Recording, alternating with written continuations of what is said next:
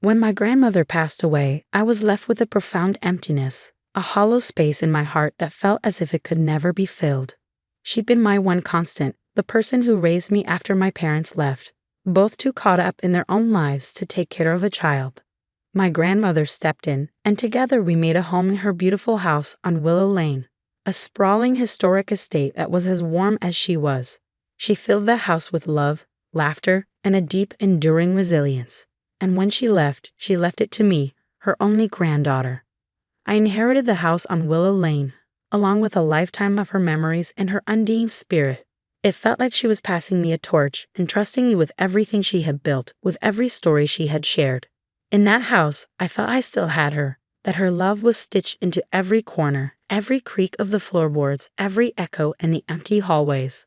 But along with the house, a storm was brewing, a storm I hadn't seen coming. Moving into the house alone was like stepping into another life. I'd lived there as a child, but returning as an adult, I was now responsible for it, for preserving it as my grandmother would have wanted. I spent the first few days walking through each room, feeling her presence everywhere. Each room held its own stories, from the kitchen where she used to bake the most wonderful pies to the library where she spent hours reading her favorite books. This house, to anyone else, was just a structure, but to me, it was her legacy, a piece of her I could keep forever. It wasn't long before Ethan began to show signs of interest. We'd been dating for a while, and he had always been charming, thoughtful, and attentive. His sudden fascination with the house felt, at first, like a natural extension of his curiosity about me. But soon his questions about my grandmother's house took on a different tone, a tone that felt more possessive than endearing. I brushed it off, thinking I was reading too much into things. It was only natural, I told myself. Ethan was in real estate after all, and perhaps he just saw the house as an investment, a valuable asset. But the part of me that was raised by my grandmother, the part of me that held the house sacred, felt a pang of unease. One evening, I found him in the study, flipping through some of my grandmother's documents. He didn't seem to notice me at first. His eyes scanned the pages with such intensity that for a moment, he didn't even hear me approach. "Ethan, what are you doing?" I asked, trying to keep my voice light. He looked up, almost startled. "Oh, Lena, just curious. You know, it's an incredible property. You must realize what an asset you've inherited here, right?" The way he said it, an asset, sent a shiver through me. This wasn't just an asset. This was my grandmother's home. But I forced a smile and nodded, trying to brush off the strange feeling brewing in my chest. After all, this was Ethan, my Ethan.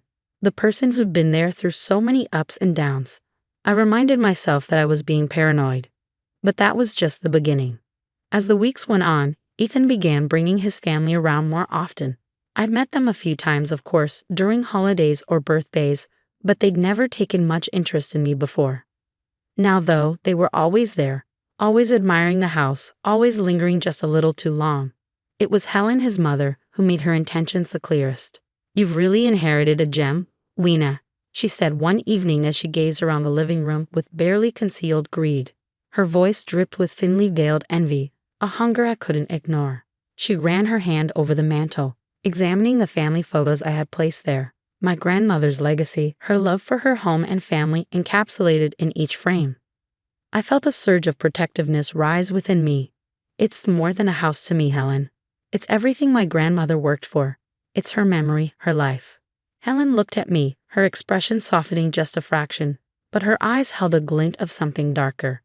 "Of course, dear," she murmured, but I could tell she didn't understand, or worse, she didn't care.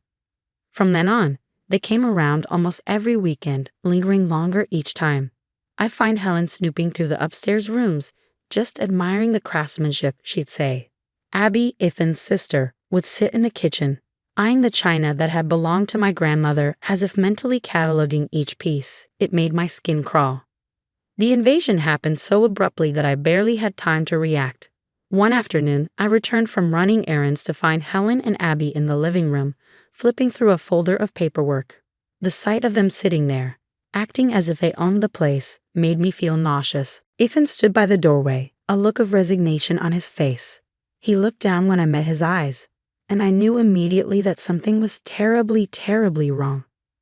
"Lena," Helen said in a voice that was all too calm, We've come to an arrangement. It's for the best, really. You're young, and maintaining a house like this, well, it's a big responsibility. We've discussed it with Ethan, and we believe that transferring the house to his name would be in everyone's best interest. I was stunned, words failing me. It felt like the ground had been ripped out from under me. This was my home, my grandmother's legacy, and here they were, talking as if they had the right to take it from me. Are you serious? I finally managed to ask, my voice barely above a whisper. You can't just take my home. Abby smirked, a look of triumph flashing in her eyes. Oh, but we're family, Lena. We're just here to help. Think of this as consolidation. My hands trembled as I looked at Ethan, hoping he would defend me, that he would put a stop to this madness. But he said nothing, his silence louder than any betrayal. That night, after they finally left, I locked every door and sat in a living room. The paperwork they'd shoved into my hands scattered around me like a cruel joke. I felt a sense of helplessness wash over me, a crushing wave of despair. How could they do this to me? How could Ethan allow this? I thought I knew him. I thought I could trust him. But I couldn't sit idly by and let them take everything my grandmother had worked for. I knew I had to fight back. She wouldn't have wanted me to give up without a battle.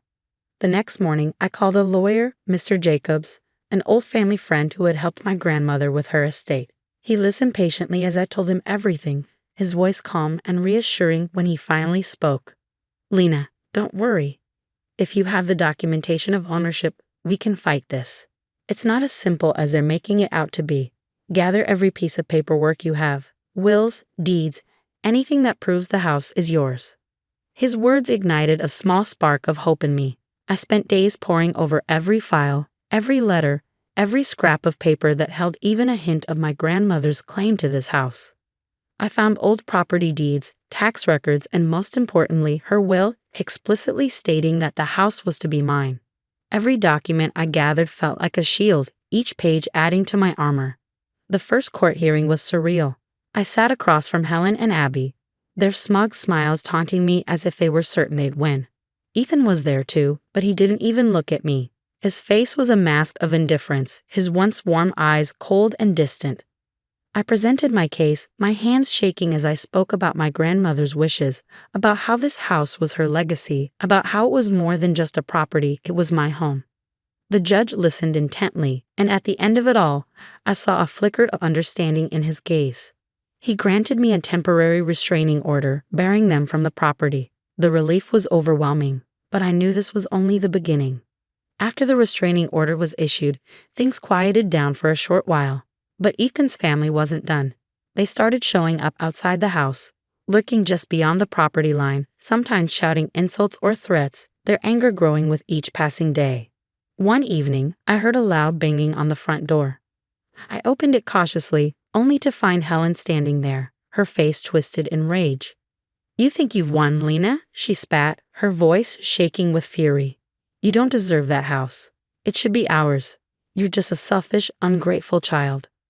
Her words stung, but I refused to back down. I stood tall, my voice steady as I replied, This house is my grandmother's legacy. It's my home, and you're not welcome here. After months of fighting, of late-night research, and seemingly endless court appearances, the legal battle finally came to an end. The judge ruled in my favor, confirming my sole ownership of the property and barring Ethan's family from ever coming near it again. The weight that lifted from my shoulders was indescribable. The house was finally mine, free from their grasp, from their greed. As I walked through each room, I felt a renewed sense of purpose. This wasn't just a house. It was a testament to my strength, to my resilience, to everything my grandmother had taught me. Slowly, I redecorated, breathing new life into the home. I painted the walls, rearranged the furniture, filled it with new memories, new hopes. And as I stood in the living room, looking out over the willow trees that lined the yard, I felt her presence beside me, proud and unwavering. In that moment, I knew I had done her proud. I had protected her legacy, and in doing so, I had found my own strength. This was my home, and it always would be.